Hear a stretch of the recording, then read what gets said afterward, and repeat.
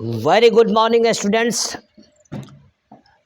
Let's no channel में आप सभी विद्यार्थियों का स्वागत है। बिहार बोर्ड के अंतर्गत हम लोग आज इंग्लिश विषय से संबंधित चैप्टर नंबर 4 को शुरू करने वाले हैं। आप सभी मेरे साथ यूं ही बने रहें। चैप्टर नंबर 4 में दिया हुआ है आई हैव अ ड्रीम। जी हाँ, आई हैव अ ड्रीम, मेरा एक सपना है, जिसके राइटर है Martin Luther King junior. Martin Luther King junior. तो चैप्टर में जाने से पहले हम लोग पहले मार्टिन लूथर किंग जूनियर के बारे में जान लेते हैं। आइए शुरू करते हैं। I have a dream, Martin Luther King junior. Martin Luther King junior 1929, he was born in 1929 and died 1968। Martin Luther King junior जिनका जन्म 1929 ईस्वी में हुआ था और 1968 ईस्वी में इनकी मृत्यु हो गई थी। असैसिनेटेड यानी इनके जो है ना, इनको जान से मार दिया गया था, इनकी हत्या कर दी गई थी 1968 ईस्वी में, और 1929 ईस्वी में इनका जन्म हुआ था। Martin Luther King Junior a Baptist minister by training, यानी ट्रेनिंग के आधार पर, प्रशिक्षण के द्वारा ये एक बैप्टिस्ट मिनिस्टर थे। बैप्टिस्ट मिनिस्टर कहा जाता है। एक बड़े से चर्च में ये जो है पादरी के पद पर थे। एक बड़ा सा चर्च में इनको जो है पादरी के पद पर नियुक्त किया गया हुआ था, जिसको जो है बैप्टिस्ट मिनिस्टर कहा जाता है। तो ए बैप्टिस्ट मिनिस्टर बाय ट्रेनिंग, यानी ट्रेनिंग के आधार पर, ट्रेनिंग के द्वारा ये एक बैप्टिस्ट मिनिस्टर थे। कौन? Martin Luther King junior. became a civil rights activist early in his career।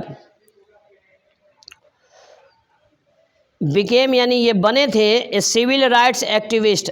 Civil rights नागरिक अधिकारों के कार्यकर्ता। अर्ली इन हिज कैरियर यानी अपने कैरियर के शुरू में, अपने कैरियर के शुरू में ही ये नागरिक अधिकारों के लिए काम करने वाले ये कार्यकर्ता बने थे। लीडिंग द मॉन्टगोमरी बस बायकॉट, और मॉन्टगोमरी जो है एक स्थान है अमेरिका में, इस स्थान पर बस बायकॉट हुआ था। इससे संबंधित मैं आपको बता दूं कि अमेरिका में जो है अमेरिका में गोरे काले का भेदभाव चरम पर था। और एक घटना है, मतलब बस में गोरे और काले सभी लोग चढ़ सकते थे। आगे का सारा सीट गोरों के लिए होता था और पीछे का सारा सीट कालों के लिए होता था। और नियम के मुताबिक अगर गोरा और काला से गाड़ी भरा हुआ है और फिर कोई गोरा अगर गाड़ी में चढ़ता है, तो नियम के हिसाब से काले को, किसी एक काले को जो है ना, अपना सीट छोड़ना पड़ता है उस गोरे के लिए। तो एक लेडीज़ थी, काली अफ्रीकन लेडी थी, जिनका नाम था रोजा पार्क्स। उन्होंने गोरी महिला के लिए अपने सीट को छोड़ने से इनकार कर दिया था। इस वजह से पुलिस जो है, पुलिस के द्वारा उनको गिरफ्तार किया गया, उन पर जुर्माना लगाया गया। और यह जो घटना घटित हुआ था, इस चीज़ का विरोध किया गया था मार्टिन लूथर किंग जूनियर के द्वारा। और यह जो आंदोलन हुआ था, उस आंदोलन का ही नाम रखा गया था मॉन्टगोमरी बस बायकॉट। तो लीडिंग द मॉन्टगोमरी बस बायकॉट, यानी मॉन्टगोमरी बस बायकॉट का इन्होंने, जो आंदोलन हुआ था, उस आंदोलन का इन्होंने नेतृत्व किया था। एंड और helping to found the Southern Christian Leadership Conference, और साउदर्न क्रिश्चियन लीडरशिप कॉन्फ्रेंस को स्थापित करने में भी इन्होंने मदद किया था। Influenced by Gandhi ji, Martin Luther King Junior जो थे, इन्फ्लुएंस्ड बाय गांधी जी, गांधी जी से बहुत प्रभावित थे। His philosophy of non-violent resistance brought him worldwide attention। His philosophy का अर्थ होता है दर्शन, नॉन वायलेंट यानी अहिंसात्मक, रेसिस्टेंस यानी विरोध, यानी his philosophy of non violent यानी रेसिस्टेंस करने का, विरोध करने का इनका जो अहिंसात्मक तरीका था, इस वजह से brought him world wide attention, इसके कारण वर्ल्ड वाइड अटेंशन यानी समूचे संसार के लोगों का ध्यान इन्होंने अपनी ओर आकर्षित कर लिया था। अर्थात जो है ये मंटगोमरी बस बायकॉट जो आंदोलन हुआ था, इस आंदोलन का इन्होंने विरोध तो किया था, रेसिस्टेंस तो किया था, परंतु नॉन वायलेंट तरीका से, अहिंसात्मक तरीका से इन्होंने विरोध किया था, और इस वजह से brought him world wide attention, समूचे संसार का ध्यान इन्होंने अपनी ओर आकर्षित किया था। इन 1964 1964 ईस्वी में King became the youngest person, 1964 ईस्वी में King became the youngest person, सबसे कम उम्र के व्यक्ति बने थे, to receive the Nobel Prize, जिन्हें नोबेल प्राइज हासिल हुआ था। यानी 1964 ईस्वी में इनका उम्र मात्र 35 वर्ष का था, तो 1964 ईस्वी में नोबेल प्राइज पाने वाले ये संसार के सबसे कम उम्र के व्यक्ति थे, जिन्हें 1964 ईस्वी में नोबेल प्राइज दिया गया था। अब यह नोबेल प्राइज इनको क्यों दिया गया था? For his efforts to end segregation and racial discrimination. Segregation होता है अलगाववाद, और रेशियल डिस्क्रिमिनेशन यानी जातीय भेदभाव। जातीय भेदभाव और अलगाववाद को समाप्त करने के लिए इन्होंने जो प्रयास किया था, जातीय भेदभाव और अलगाववाद को समाप्त करने के लिए इन्होंने जो प्रयास किया था, इसी प्रयास के कारण उन्हें जो है नोबेल प्राइज 1964 ईस्वी में दिया गया था। अब जो है इन्होंने रेशियल डिस्क्रिमिनेशन और सेग्रीगेशन यानी अलगाववाद को और जातीय भेदभाव को किस प्रकार से दूर करने का प्रयास किया था? Through civil disobedience and other non violent veg.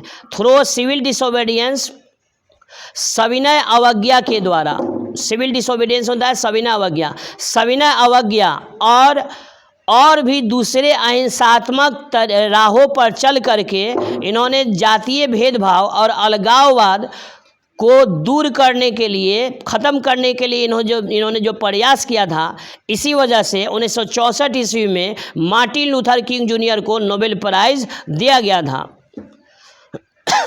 Sorry. King was assassinated on April 4, 1968 in Memphis, Tennessee। Tennessee जो है अमेरिका का एक राज्य है, और मेम्फिस जो है वहाँ का एक इम्पॉर्टेंट सिटी है। तो कहा जा रहा है किंग वाज असैसिनेटेड, किंग की हत्या कर दी गई थी। ऑन अप्रैल 4, 1968, 4 अप्रैल 1968 ईस्वी को मार्टिन लूथर किंग जूनियर की हत्या कर दी गई थी। इन मेम्फिस, टेनेसी के मेम्फिस नामक शहर में 4 अप्रैल 1968 ईस्वी को मार्टिन लूथर किंग जूनियर की हत्या कर दी गई थी। Kings important works include, Martin Luther King junior के कुछ महत्वपूर्ण रचनाओं में शामिल हैं strength to love.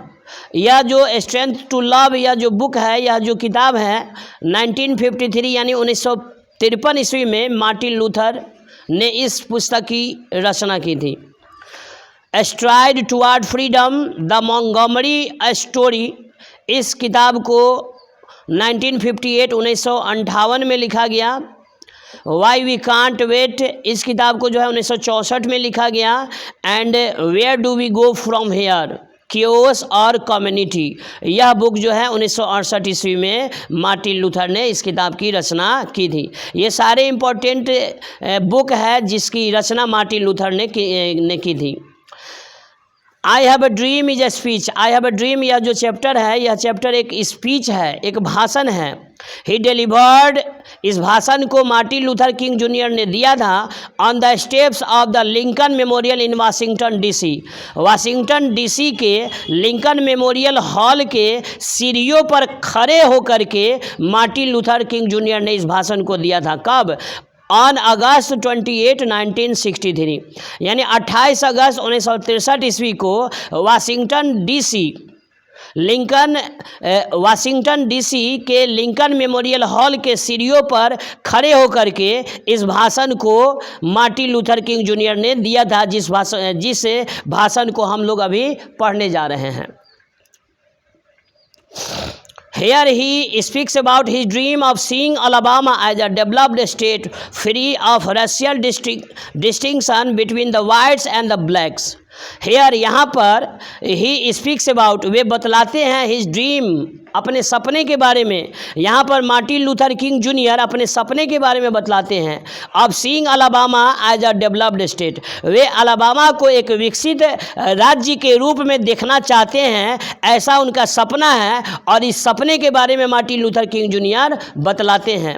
Free of racial distinction between the whites and the blacks, यानी वाइट्स और ब्लैक्स, गोरे और काले लोगों के बीच जो रेशियल डिस्टिंक्शन है, जो जातीय भेदभाव है, उस भेदभाव से मुक्त होते हुए वे अलाबामा को देखना चाहते हैं, ऐसा उनका सपना है। This speech had the huge impact in the raising public consciousness for civil rights movement and in establishing King as one of the greatest orators in American history. The speech had huge impact, इस भाषण का बहुत huge impact पड़ा था, बड़ा गहरा प्रभाव पड़ा था। इन रेजिंग पब्लिक कॉन्शियसनेस, यानी जन जागृति, जन चेतना को जगाने में इस भाषण का बड़ा प्रभाव पड़ा था। फॉर सिविल राइट्स मूवमेंट्स, यानी नागरिक अधिकारों के आंदोलन के वास्ते जन चेतना को जागृत करने में इस भाषण का बड़ा प्रभाव पड़ा था। एंड और इन एस्टेब्लिशिंग किंग, और इस भाषण ने मार्टिन लूथर किंग जूनियर को स्थापित कर दिया था as the one of the greatest orators in American history. और इस भाषण ने मार्टिन लूथर किंग जूनियर को अमेरिकी इतिहास के सबसे महानतम वक्ताओं में से एक वक्ता के रूप में स्थापित कर दिया था।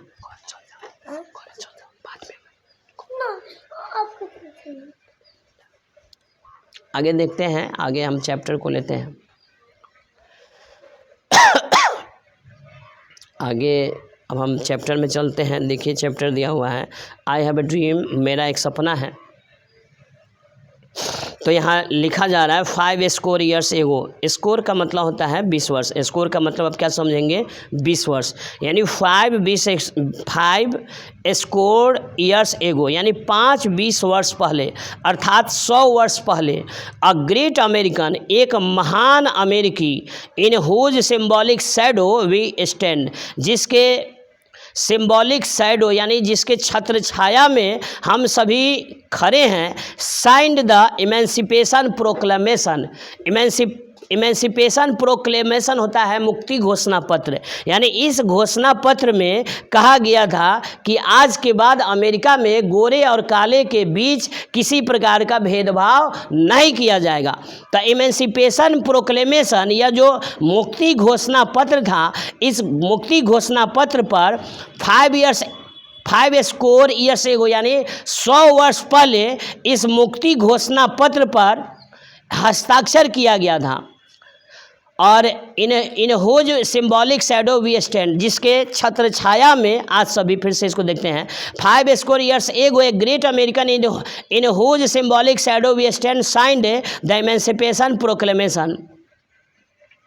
100 वर्ष पहले एक महान अमेरिकी ने मुक्ति घोषणा पत्र पर हस्ताक्षर किया था, जिसके छत्र छाया में हम सभी खड़े हैं। This momentous decree came as a great beacon. Momentous मतलब होता है अति महत्वपूर्ण, डिक्री यानी सरकारी आदेश। डिक्री का मतलब होता है सरकारी आदेश। दिस मोमेंटस डिक्री केम, यह अति महत्वपूर्ण सरकारी आदेश आया था as a great beacon,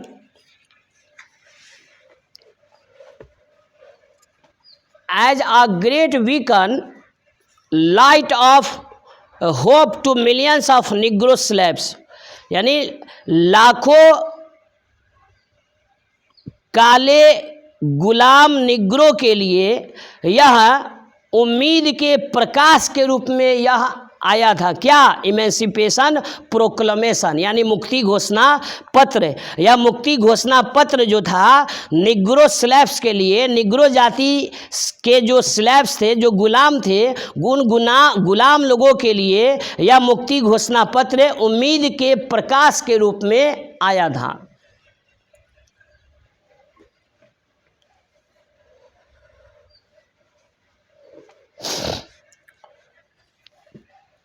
who had been seared in the flames of withering injustice।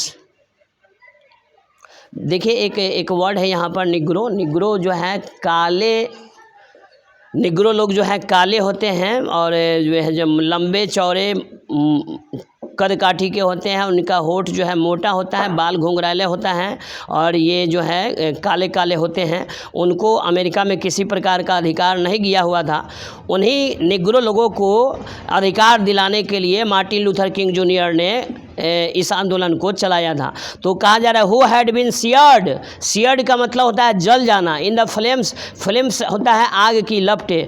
Who had been seared in the flames of withering injustice, जो अन्याय की ज्वाला में झुलस गए थे, उन्हीं काले गुलाम निग्रो के लिए उम्मीद के प्रकाश के रूप में यह इमेंसिपेशन प्रोक्लेमेशन आया था।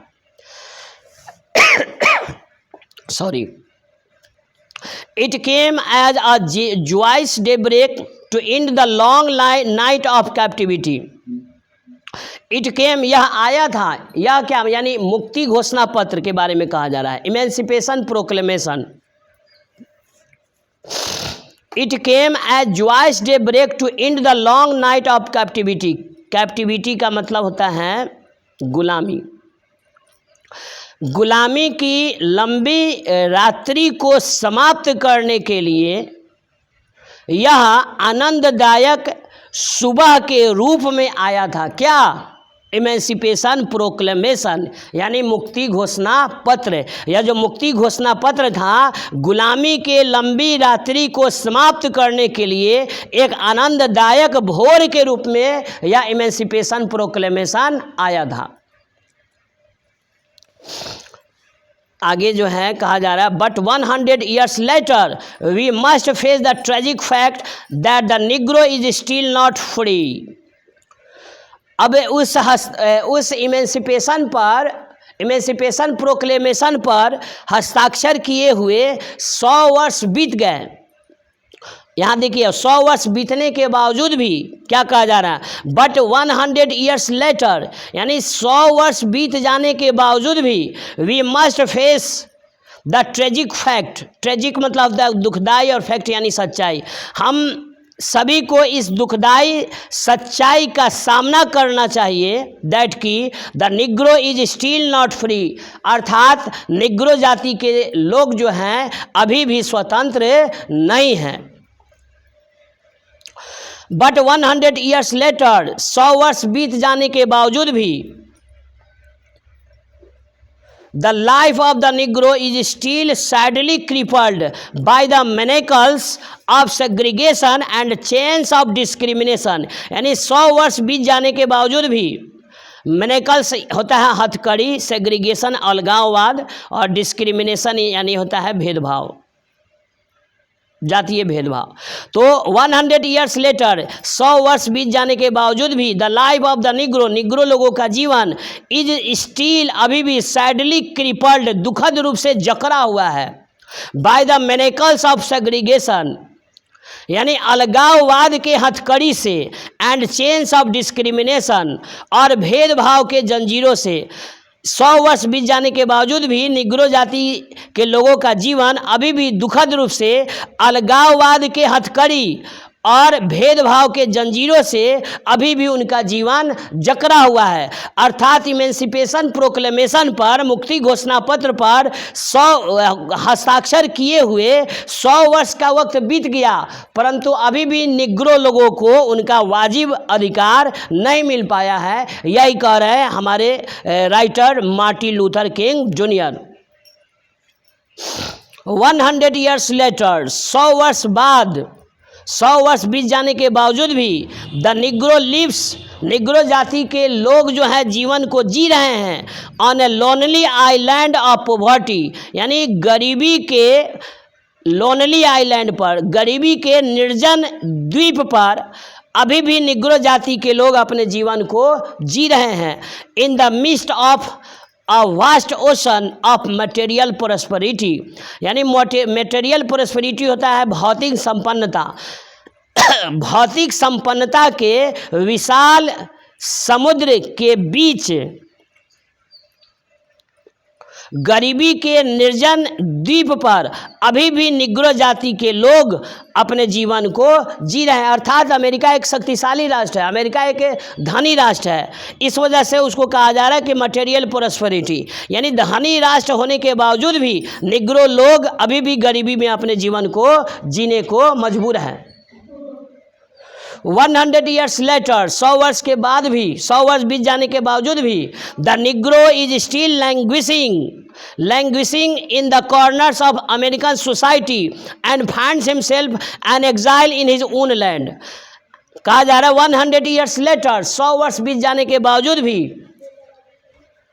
The Negro is still languishing, languishing का मतलब होता है मुरझाना, यानी 100 वर्ष बीत जाने के बावजूद भी निग्रो जाति के लोग अभी भी मुरझाए हुए हैं।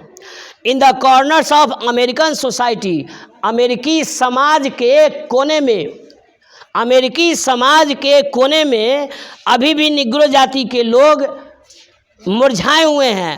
And finds himself an exile in his own land, और उन्हें अपने ही देश में निर्वासित का जीवन जीना पड़ रहा है।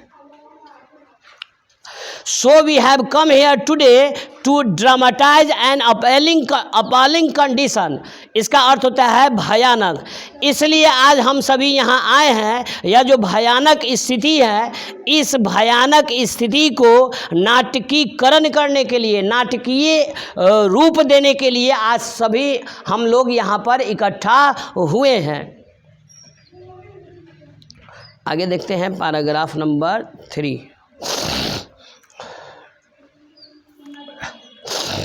आगे देखेंगे।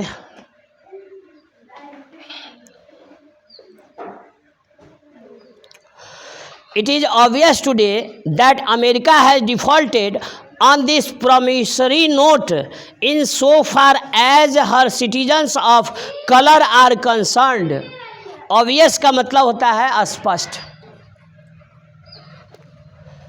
डिफ़ॉल्टेड का मतलब होता है वादे से मुकर जाना, और प्रॉमिसरी नोट होता है यानी वादा करना, इकरारनामा कह लीजिए, है ना। तो कहा जा रहा है in so far as her citizens of colour are concern, जहाँ तक अमेरिका के नागरिकों का रंग का सवाल है, रंग के आधार पर अमेरिका ने जो इकरारनामा किया था, जो वादा किया था, उस वादे से अमेरिका मुकर गया है, आज यह स्पष्ट है। America has given the negro people a bad check which has come back marked insufficient funds. America has given the negro people a bad check, America ने निग्रो लोगों को एक खराब चेक दे दिया है। Which has come back marked insufficient funds, जिस check को भुनाने के लिए जब हम लोग बैंक में गए तो बैंक वाले ने उस चेक पर लिख दिया इनसफिशिएंट फंड्स, अर्थात इस खाते में पर्याप्त धन नहीं है। But we refuse to believe that, लेकिन हम इस बात को मानने से इनकार करते हैं कि the bank of justice is bankrupt. Bankrupt का मतलब होता है दिवालिया। कह रहे हैं Martin Luther King junior, but we refuse to believe that, लेकिन हम इस बात को मानने से इनकार करते हैं कि the bank of justice is bankrupt, यानी न्याय का जो बैंक है वह दिवालिया हो चुका है, ऐसा मानने से हम इनकार करते हैं। यानी हम इस बात को कतई मानने को तैयार नहीं हैं कि अमेरिका की तिजोरी में धन का अभाव है, इस बात को हम मानने को कतई तैयार नहीं हैं। We refuse to believe that there are insufficient funds in the great worlds of opportunity of the nation.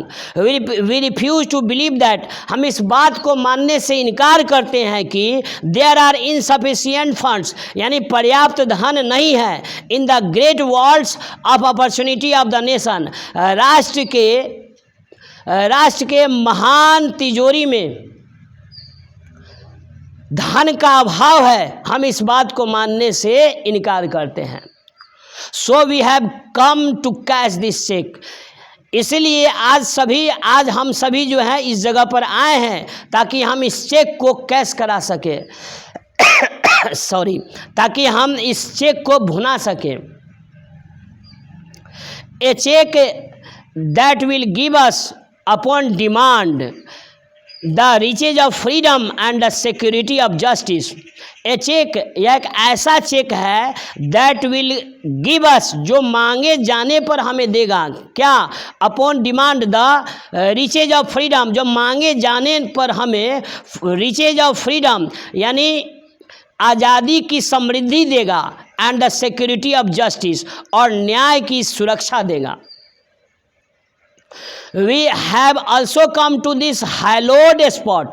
Hallowed का मतलब होता है पवित्र। We have also come to this hallowed spot, यानी इस पवित्र स्थल पर हम लोग इसलिए भी आए हैं ताकि टू रिमाइंड अमेरिका, ताकि अमेरिका को हम याद दिला सके of the fire urgency of now, यानी वर्तमान का यह जो फायर अर्जेंसी है, वर्तमान का यह जो भयानक हालात है, इस भयानक हालात के बारे में हम अमेरिका को याद दिला सके। इसी वजह से आज हम सभी जो है इस पवित्र स्थल पर आए हैं। This is no time to engage in the luxury of cooling off or take the tranquilizing drug of gradualism।